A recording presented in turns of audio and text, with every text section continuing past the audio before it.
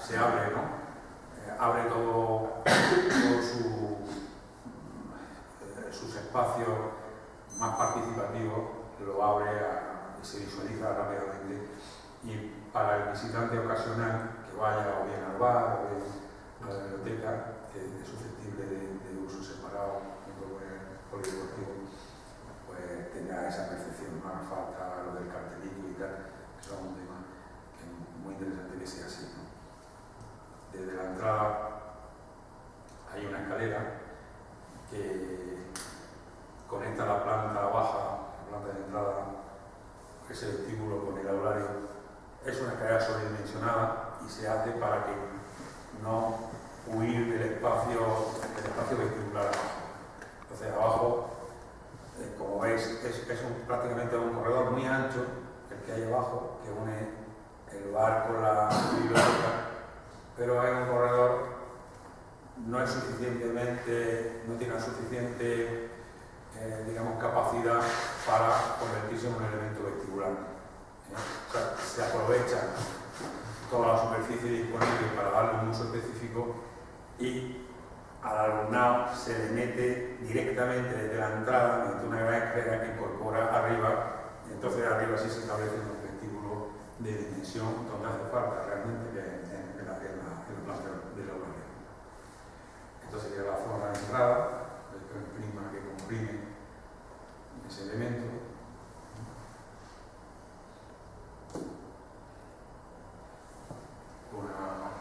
La fachada sur.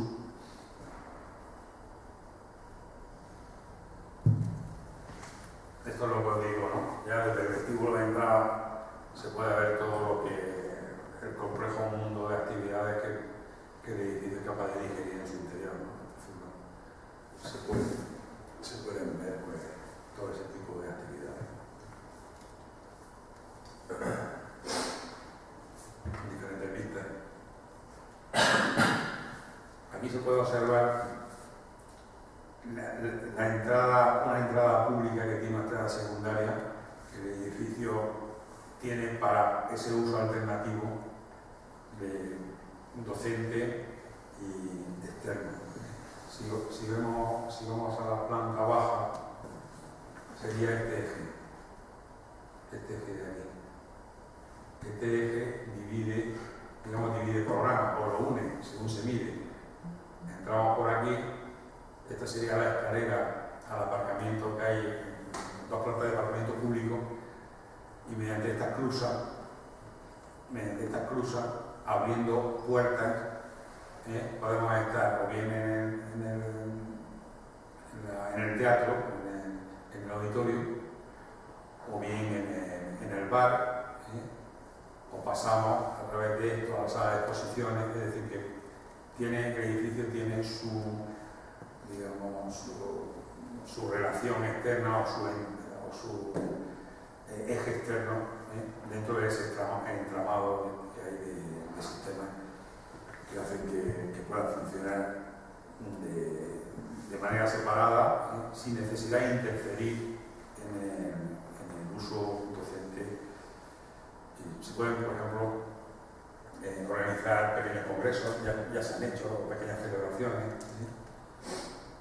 y de una manera muy sencilla. Bueno, esto sería el patio general. El patio se utiliza como un elemento espacial con una entidad propia. El patio no lo necesita la aula para iluminarse, porque ya hemos visto cómo se establece esa iluminación por las rajas, por los pequeños patios, ¿no? Por los que va preparando toda la estructura.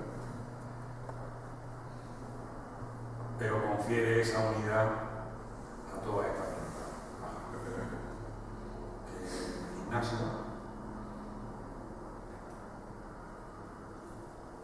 Y esto es un elemento, el gimnasio se conecta con el teatro, aumentando el aforo para celebraciones de una capacidad mayor. Si el aforo de la sala esta está en torno a los 400 y algo, y con la incorporación de de este polideportivo estamos en torno a 1100 espectadores, o sea que poco espacio hay en Granada con esa capacidad. Bien es cierto que también con una organización clara, ¿no? Acústicamente funciona muy bien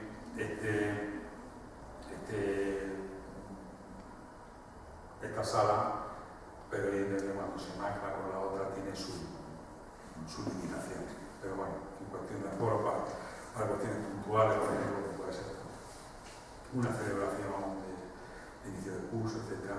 Sí, también en congreso, donde se establece una megafonía, porque esta sala es una sala que funciona sin medio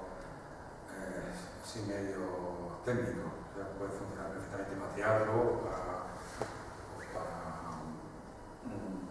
como sala acústica, ¿no? Como auditorio.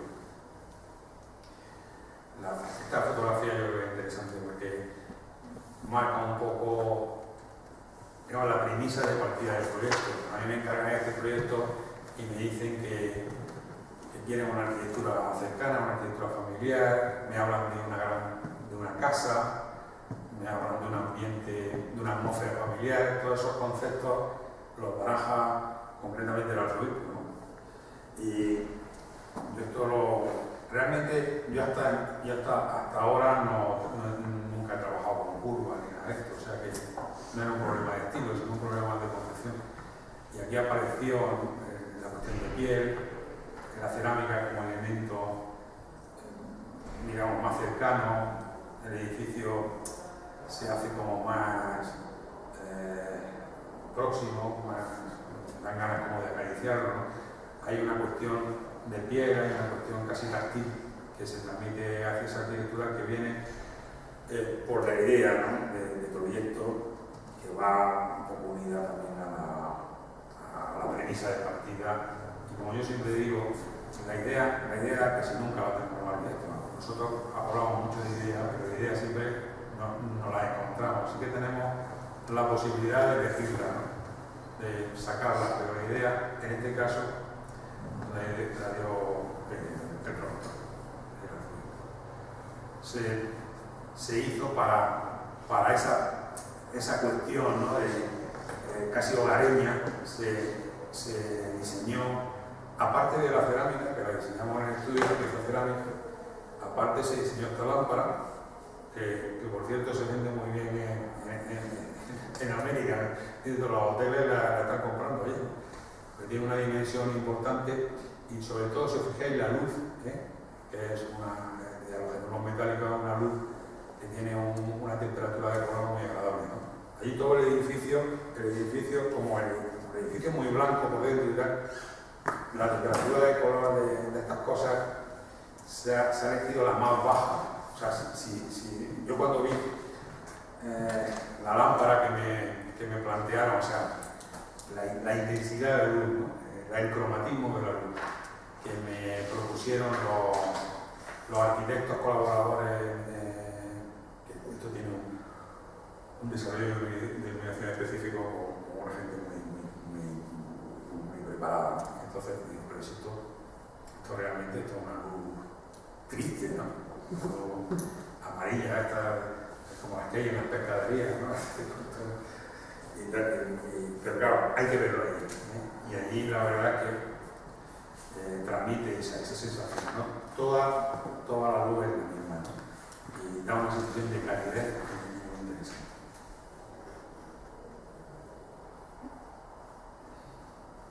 La pieza cerámica, como he dicho antes, es una pieza, no es una, sino que está la pieza cóncava, la convexa, que son piezas sencillas, y después hay una plana que es doble y sencilla también, ¿eh? O sea, cada pieza cerámica tiene ese estructura, si os fijáis aquí. Luego tiene junta y otra pieza. Entonces, para componer, son distancias de 20, para componer, al final hicimos también otra sencilla. En total son 4 piezas. Con 4 piezas se soluciona todo el edificio. Lo de la pieza fue un hallazgo muy interesante porque pieza con profundidad, no es pieza con densidad. O sea, esta pieza tiene 10 centímetros de fondo, o sea, de grosor, 9 centímetros para ser más exacto. Y en el mercado parece que la cerámica tiende a la disminución de grosor. O sea, se tiende, uno va a la feria esta de la cerámica y todo es a ver quién tiene la pieza más delgadita, ¿no? Porque, bueno, eso es como un alarde, digamos, de técnica, ¿no? O sea, cuanto más delgada, más grande la pieza, más la de técnico, ¿no? Entonces, todo se basa un poco en eso. Sin embargo, los arquitectos, a mí me llamaba un arquitecto y me dijo, ¿dónde has conseguido esa pieza? Digo, no me la digo, es que no encuentro pieza con densidad. Y aquí, aunque a mí me gusta explicar, como he explicado antes en el edificio de los laboratorios, que en el edificio de los laboratorios hay un componente, digamos, artesanal, ¿no? del material, ¿no? O artesano, ¿no? Que es el hormigón encofrado in situ. Uno no sabe lo que se va a encontrar cuando uno retira la tabla, ¿no? Entonces, estas cosas que los arquitectos muchas veces nos ponemos a temblar. ¿Qué nos vamos a encontrar sin la coquera? ¿Y qué pasa sin la coquera? Porque claro, uno no puede tirar una pared. Al final te tienes que comer la coquera. ¿Qué es lo que pasa? Pues no pasa absolutamente nada. Aquí las piezas de cerámica no hay dos piezas iguales, aunque parezca que sí, no. O sea, las piezas incluso tienen un nadabeo pequeño y eso le da viveza, le da esa dimensión artesana. Eso que, si veis aquí en esta fotografía, yo creo que se ve muy bien. La fachada está vibra. Y luego la precisión como en el campo, como en el centro laboratorio, al final era la carpintería la que le da la precisión. Aquí la precisión se da el aluminio, el panel sándwich de aluminio que empaqueta. Empaqueta con precisión la cerámica, que se resolidifica, evidentemente se corta, pero al final, si no hubiera ese elemento, posiblemente esta perfección en la ejecución no se vería, ¿no? Y por dentro tenemos esa variabilidad cromática del entorno. Unas piezas reciben el calor de otra manera, se tuestan de otra forma. Al final, la cerámica es un material vivo, ¿no? Es lo interesante, lo que de alguna manera retira, o la distancia que ocurre en muchas obras, ¿no? Que tiene mucho que ver con su materialidad. O sea, la materialización de un proyecto es crucial. Y esto, si se hubiera hecho de otra manera, posiblemente el resultado hubiera sido otro. Decían, cuando estaba haciendo esto, me decían, pero la cerámica es blanca, porque teníamos una maqueta blanca. Y todo el mundo creía que este edificio iba a ir en blanco, una cerámica enmarcada en blanco. Que no hubiera quedado mal, pero desde luego no hubiera transmitido, digamos, ese aire, esa atmósfera, como me decía el arzobispo, que es una atmósfera doméstica. Que decía, bueno, ¿qué entenderá el arzobispo por una? Pero digo que, por cierto, él creo que, según me comentó, ingresó en el seminario a los pocos años, 12, 13 años. O sea, que un poco eso, estudiaron también la biografía de ahora, amigo mío, Arzobispo de Granada, fue también material de trabajo, ¿no? O sea, se trataba de hacer una casa, pues se trataba también de hacer un poco, enmarcar ese ambiente familiar que posiblemente tuvo en esa época, ¿no? En esa época de seminario. Entonces, bueno, todo el patio, todo el tema, la dimensión del patio, todo tiene, digamos, su justo tratamiento en un proyecto que me llevó mucho tiempo pensarlo, mucho tiempo también trabajarlo, ¿no? Y pocas cosas se escapan, digamos, a la intervención aquí, ¿eh? Por lo menos están justificadas desde varios puntos de vista, ¿no? Pero ahora quizás no sea un momento porque podríamos entender muchísimo. Bueno, estos temas, ¿no? Eso son fotografías, este edificio está fotografiado por un muy buen fotógrafo, ¿no? Entonces, claro, la fotógrafa tiene una manera de ver las cosas. Esta fotografía a mí me parece interesante, pero me parece poco real, porque nadie se sitúa en el canto de la puerta de ahí, ¿no? Para que alguien le empuje y se deje la cara, ¿no? Son cosas que no son naturales. Yo prefiero otras, ¿no? Explicar la reflexión del vidrio, etc. Pero aquí parece que hay dos fotografías juntas. Pero bueno, también me sirve, me decía, bueno, seguramente la pondrá en alguna posición como así es, evidentemente. Se ve esta idea, ¿no? de utilizar el patio como un elemento espacial, ¿no? Como un elemento necesario, pero con un tratamiento dentro del programa específico de un uso claro. Bueno, estas ya son ese espacio utilizado como medio de enlazar otras actividades. El iluminado no son las mejores. La sección del proyecto. Yo creo que la sección explica un poco todo ese tema, ¿no? De sistema, de infraestructura. Aquí veis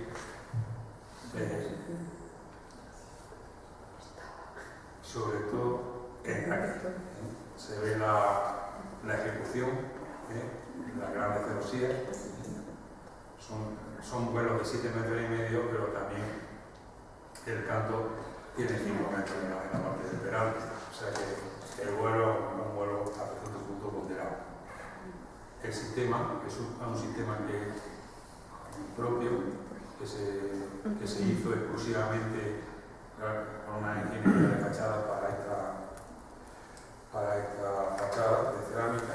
Me refiero a toda la subestructura metálica de aluminio que sujeta la pieza, incluso se comercializa con el nombre de Granada. Es una empresa bastante buena de aquí,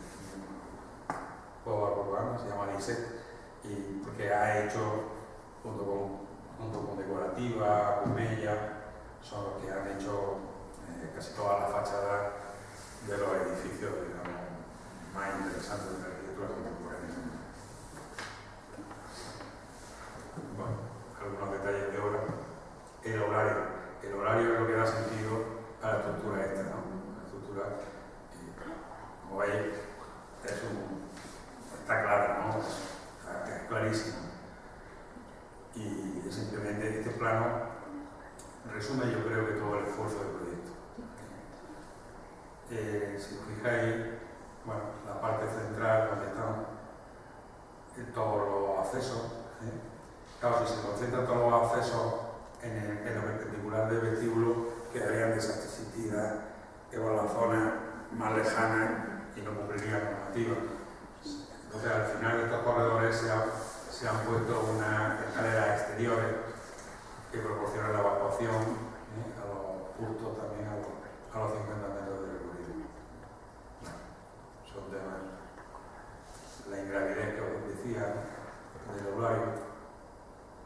Las zonas intermedias, como están las aulas teóricas, el mobiliario también lo hemos diseñado nosotros, hemos tenido la oportunidad, está comercializado por un fabricante que es bastante bueno. No sé si estas sillas de droga son de él, pero son muy buenos. Empezaron haciendo cosas con moneo, y yo creo que se llaman Acaba, es gente que trabaja muy bien con la red. Hemos tenido la posibilidad de desarrollar este tema con ellos y la verdad es que estamos muy contentos. Pero bien, la gente está muy contenta, muy satisfecha.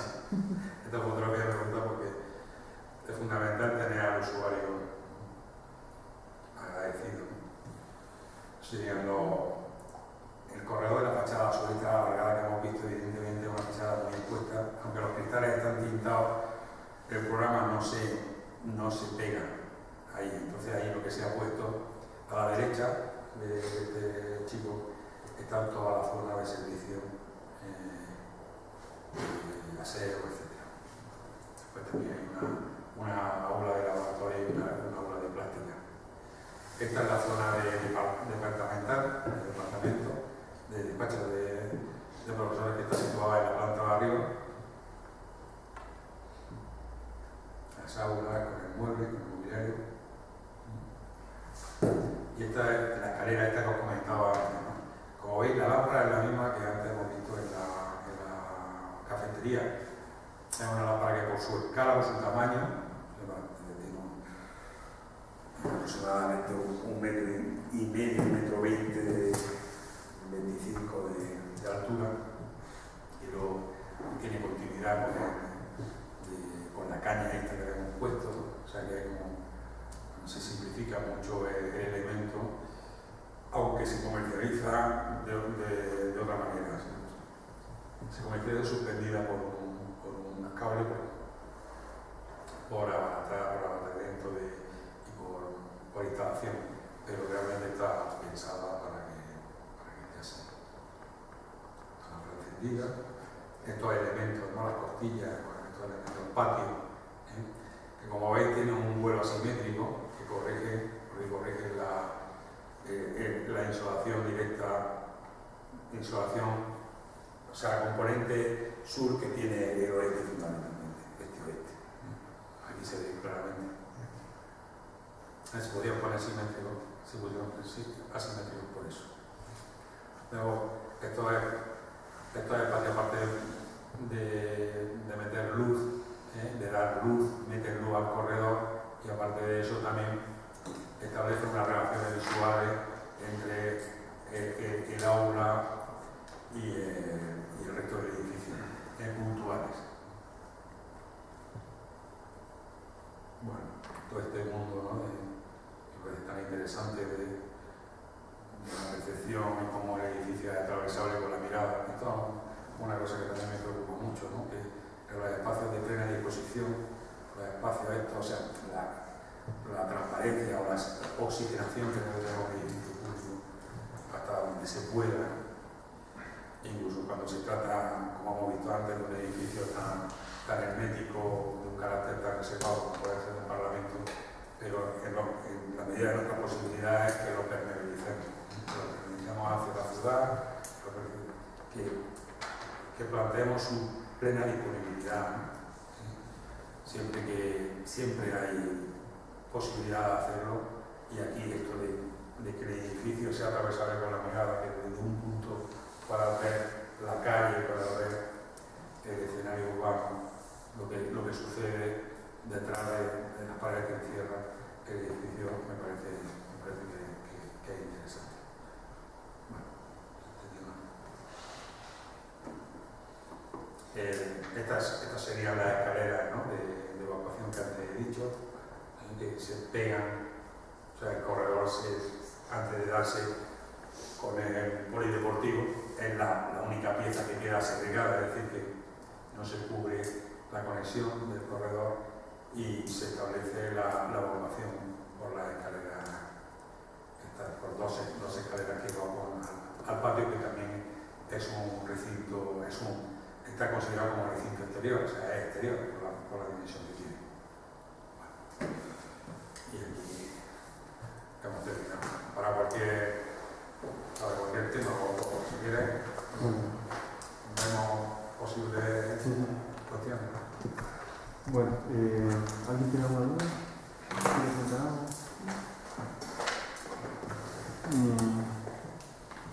Creo que vaya a ver. Vamos a ir a visitar ahora el edificio negro, el Centro de Desarrollo Farmacéutico. Nos va a hacer una visita la empresa, bueno, el organismo, en este caso es una fundación, que está usando la mayor parte del edificio, es la Fundación Medina. Como saben, la Fundación Medina es una fundación creada ex profeso entre la farmacéutica americana Merck, Sharp & Dohme, y la Junta de Andalucía. Son los patronos principales de esta fundación, que hace investigación básica y es la que ha puesto en uso el edificio negro. Hay otros dos usuarios más del edificio, pero tienen menor ocupación. Entonces, yo quería también, aprovechando que está Ramón, si alguien quiere comentar algo de su proyecto en particular, como yo creo que es muy interesante el hecho de tener aquí a Ramón. ¿De los laboratorios quieres decir? No, de ellos. Cada uno está desarrollando un proyecto específico relacionado con la arquitectura biosanitaria, con un programa muy concreto. ¿Pero todos el mismo? No, todos el mismo no. Entonces, el uso, la función del edificio, el carácter del edificio lo ha elegido el alumno con el asesoramiento de la dirección del curso, y con nuestro asesoramiento. Ahora el proyecto, algunos lo tienen más desarrollado, otros están empezando, algunos alumnos incluso han aprovechado y ese tema de proyecto fin de curso lo están compatibilizando con el proyecto fin de carrera, porque algunos de estos alumnos están también desarrollando el proyecto fin de carrera en la escuela de arquitectura, para que el esfuerzo pues, sea conjunto, ¿no? Y puedan, el esfuerzo que están haciendo para desarrollar este proyecto les sirva también para sumar al proyecto fin de carrera, ¿vale? Entonces, a mí hay una cosa que me interesa mucho de todo lo que hemos visto, Ramón, y que coincide, por esto comentaba al principio, la línea de la conferencia de hoy y la línea de la conferencia del viernes pasado son, a mi modo de ver, a grandes rasgos convergentes, ¿no? Estamos hablando de arquitectura, de arquitectos que tienen un compromiso con la arquitectura en donde sea un programa, como hemos visto, ¿no? Sea un programa de un edificio biosanitario o sea un programa de un edificio docente o un edificio institucional político, al final lo que estamos haciendo es arquitectura. Y el programa al final se convierte en una excusa, que es lo que es. El programa es una excusa, es un argumento más para desarrollar un proyecto y el arquitecto tiene la responsabilidad de acabar haciendo arquitectura. Es curioso que cuando hemos visto el edificio negro, tú lo has comentado, ¿no? Uno de los problemas que ha tenido el edificio negro es que los edificios muchas veces se plantean para un uso y luego al final acaba viniendo un inquilino en donde el uso no es exactamente el mismo, ¿no? Y tiene que reconvertir ese uso y la buena arquitectura al final es capaz, ¿no? Porque al final el edificio negro es la planta superior de investigación con esos patios. Cuando veamos las imágenes de obra y las imágenes acabadas entrando por los patios, el programa de ese edificio puede ser un edificio de laboratorios de investigación, pero podría ser cualquier otro compatible con ese espacio, ¿no? Pero al final la calidad espacial hace que la buena arquitectura sea muy flexible y sea muy susceptible de recibir tantos usos, ¿no? Es un concepto en este momento muy actual que un edificio que se está usando para un uso concreto pueda en un tiempo reconvertirse en otra cosa, ¿no? Eso lo tenemos a la orden del día. La semana pasada Ramón Sanabria nos ponía aeropuertos que se están terminando y que no se sabe si van a llegar a tener uso. Entonces, esos aeropuertos como espacios arquitectónicos quizás pudieran llegar a reconvertirse en otras cosas. Y luego en la charla que tuvimos posterior lo decía, dice, esto de los aeropuertos habéis tenido el privilegio de hacerlo vosotros, pero esta generación, no sé si vamos a hacer aeropuertos. Igual lo que nos toca hacer es reconvertir esos edificios en otras cosas, ¿no? Por ejemplo. Entonces, la calidad espacial, el compromiso del arquitecto, el carácter del edificio, todos esos son valores para que hacer buena arquitectura y que luego pueda llegar a tener distintos usos en los que estamos. A ti te ha tocado en el caso del edificio negro, un edificio que en principio se terminó, se quedó sin uso porque no estaba claro cómo se iba a ser usado y luego al final acabó usándose de una manera concreta. Incluso tú decías, el espacio es en el vacío, que ahora vamos a ir a ver, ahora mismo carece de uso, ¿no? Y no se sabe muy bien de qué manera se va a usar. Por ahora está en vacío y ya se verá, pero que en principio ha tenido ese carácter docente, ¿no?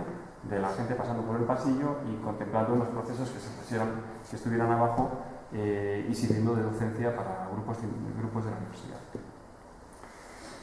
Si quieres comentar algo a esto, Ramón. Sí, bueno, yo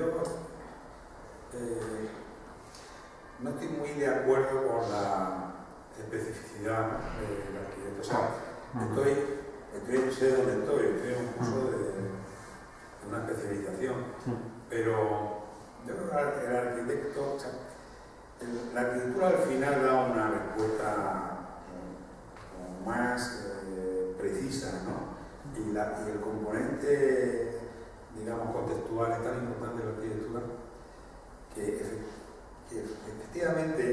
los sistemas, o sea, estudiar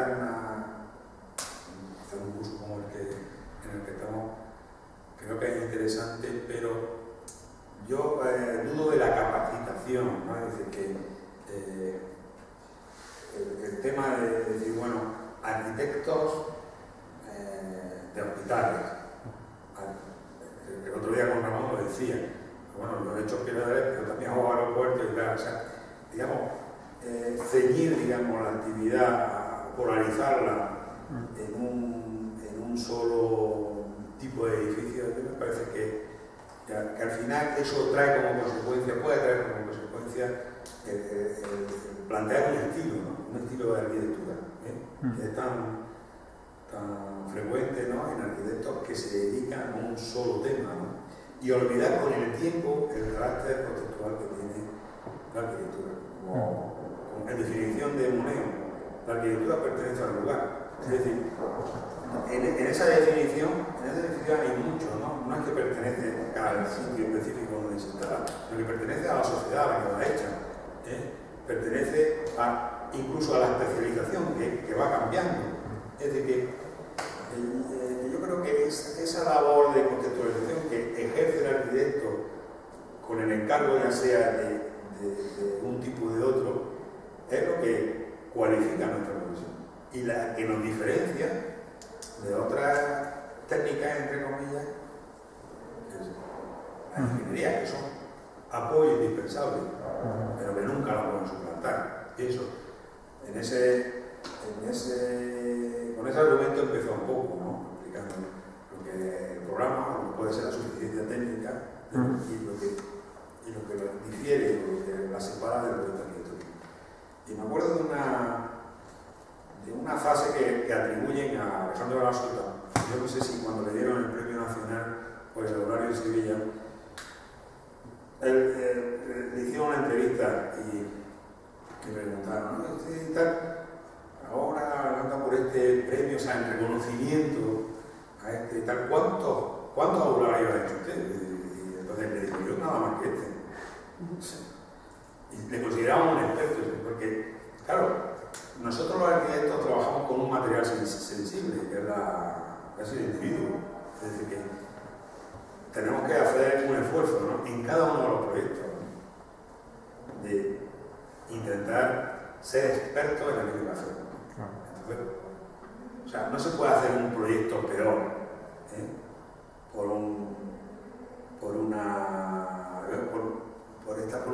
por un poco de desidio, de pereza, ¿no? En adquirir esos conocimientos que son necesarios, ¿no?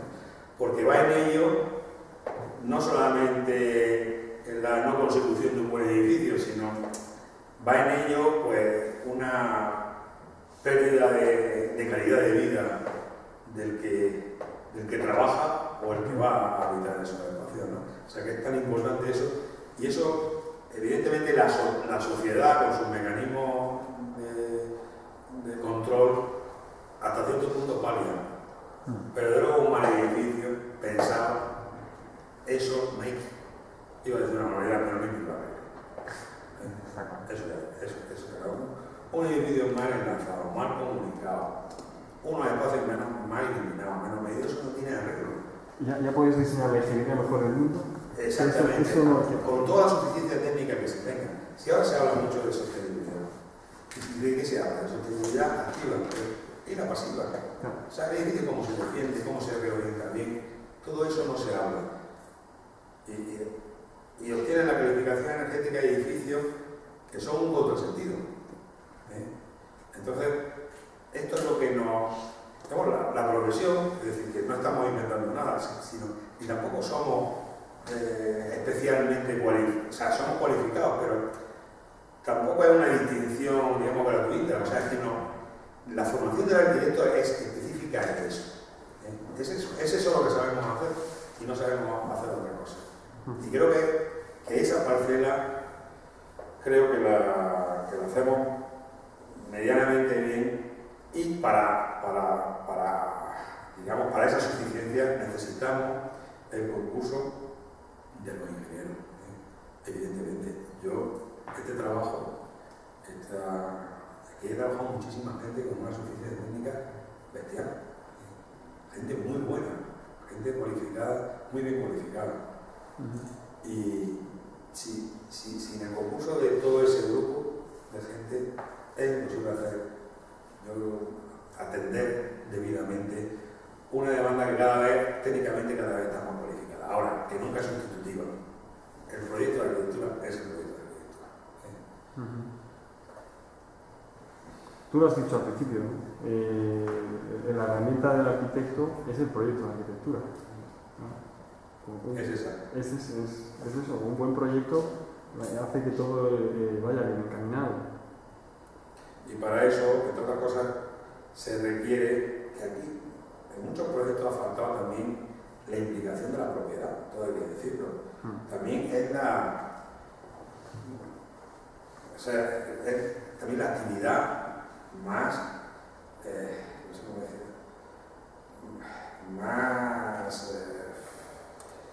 que produce más ansiedad. Y es frustrante hasta cierto punto. El arquitecto es una actividad muy interesante, muy intensa, pero también muy frustrante. Se tiene mucho, se sufre mucho con esto. Es decir, nos dejamos, o sea, hay aciertos, pero la cantidad de cosas que al final se quedan en la papelera es muy importante, ¿no? Muchas veces es la falta de complicidad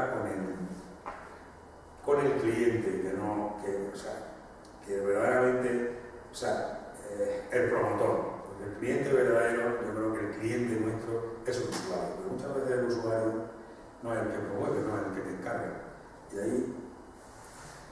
ahí muchas veces surge ese problema. Cuando hablaba Ramón el otro día de los criterios, ¿no? De los criterios para que plantea la propiedad muchas veces para el encargo del proyecto, yo creo que se refería un poco a esto, ¿no? O sea que al arquitecto hay que plantear los problemas, exigirle hasta la última coma y darle una libertad basada en una confianza. Si no, mejor que no se le encargue nada. Es esto. O sea, lo de las Cortes fue un fiasco.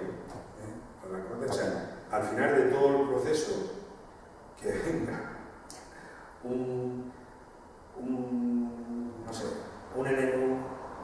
intermediario y que reajuste cosas y al final elabore, digamos, materialice eso, realmente es un despropósito. Eso parcialmente se da en casi muchas, ¿no? Y con los argumentos más peregrinos, ¿no? En base a un funcionamiento que no es el suyo, que no es el que se ha adoptado en el proyecto, que por otro lado es óptimo, porque no es el que quiere el arquitecto, sino el que al final ha llegado a un proceso de proyecto teniendo en cuenta todas las variables que le han dado. O sea que muchas veces se piensa que los arquitectos elaboramos un tipo de producción más endogámica, y no es así. Muy bien, Ramón. Bueno, pues muchísimas gracias, Ramón, y nos vamos a ver la visita. Muchísimas gracias, Ramón.